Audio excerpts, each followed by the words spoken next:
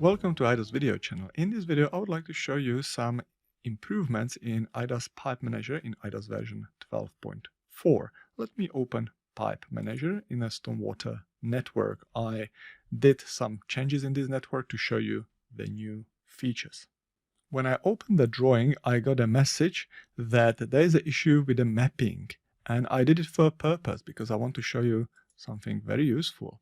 If I come here under conduits, there is no issue with the mapping, nor there is an issue under the structures with the mappings.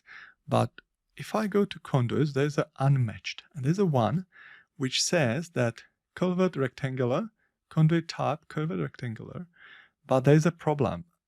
It either doesn't match the network type, which in this case it does, or the link cross-sectional shape circular might be or might not be supported by mapped shape, culvert rectangular. Yes, that's exactly what's happening. The pipe, which was used in this case, I'll close the manager and I will show you what's happening here. If I zoom closer, this is a circular pipe which was assigned style culvert rectangular. And because it is a circular pipe, you can see 900 millimeters pipe, it doesn't have a width or height. Therefore, the iDAS doesn't have enough information to use it as a rectangular culvert. That's why you get that message. So let me reopen the pipe manager again. So if you get problem with the mapping, and if it seems like everything is correct, go to the unmapped pipes or structures and you might find the issue there. So I'm closing it for now and ignoring it. Let me go to plan. As you can see, we changed those drop downs. They were white. Now they're matching the color of the entire theme. And if I zoom out, you can see that the profile views display the name now. If you zoom very much closer, you see the overlapping labels are removed. So it's easier to identify what those cyan rectangles are. Then let me go to any grid. I will go to structures. As you can see, the grid is darker now. Those are just the cosmetic or aesthetic changes. I'm going to conduits now, pipes, and as you can see, there's an exclamation mark if there is a space in the name.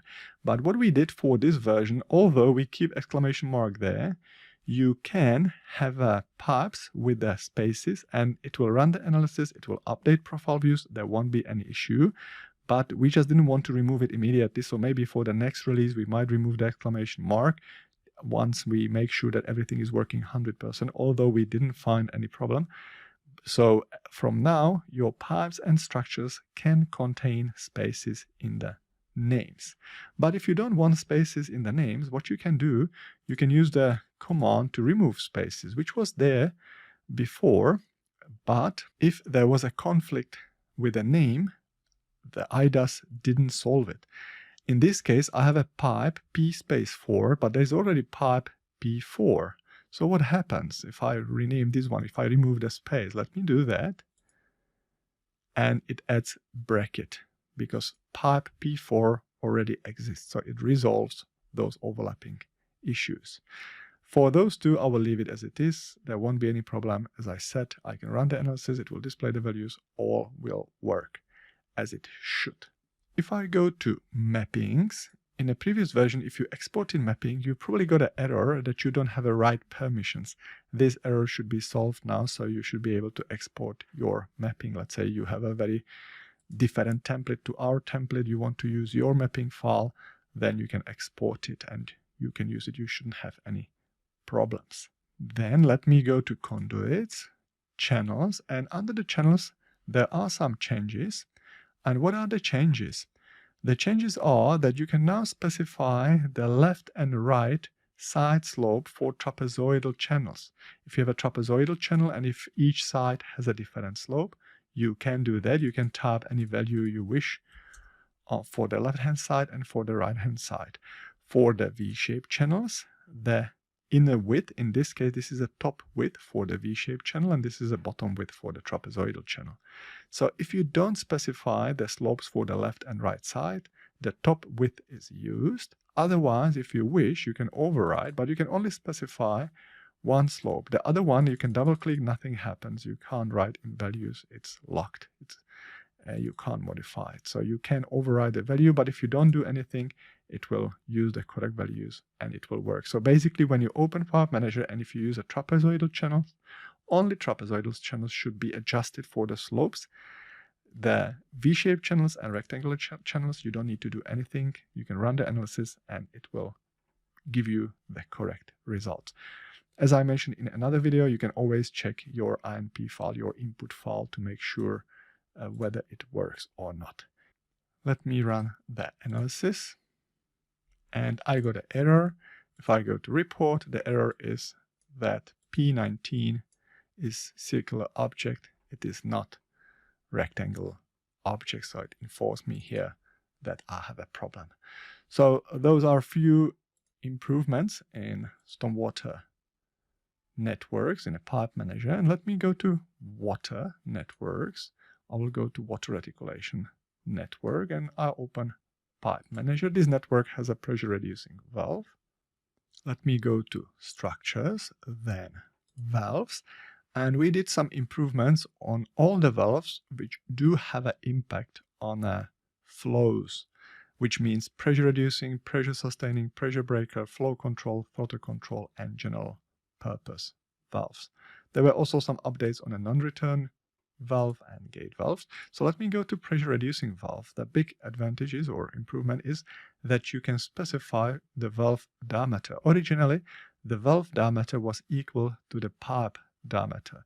Now you can specify your valve diameter. If you open existing drawing, it will take the original diameter, but if you create a new drawing, you must specify the valve diameter. Another big improvement is a fixed status, which can be none, open, or closed. What it means, if it's set to none, it means it behaves as a valve. But if you use open, it behaves as an open conduit. And if you set it to closed, it behaves as a closed conduit. If you open any existing drawings, what might happen that it might be set to open. Originally, in the iDAS pipe manager, open status was used for if it behaved as a valve. But ePanet engine supports those three options, so iDAS supports that as well. So none means valve. Open, open conduit, closed, closed conduit. So don't forget to change it to none if you want a valve to operate as a valve. And there's also an option to specify minor losses for the valve. There's another improvement. If I go to nodes, you can specify emitter coefficient, which you couldn't do in a previous version. And if I go to conduits, links, now we display the start structure and end structures. So if you exported this grid to Excel, you will have a start and end structure for each link. Again, you can see there is an exclamation mark, but it should be supported without any issues. And finally, when you run the analysis, some users experience error 305 because they didn't have a right permission to the location where the drawing was saved, or some other issues with the Windows security. Now we did some workarounds in the code, so there should be less issues with the error 305 from now. And when it comes to sewer networks, we did some improvements in a pipe manager for sewer networks, but it's not worth creating a video for that. So you can always check iDAS what's new document. If I open it now, let me drag it over. I go to product info, iDAS what's new, and this is a place where you can find what's new for 12.4, and then you can read some improvements for sewer networks.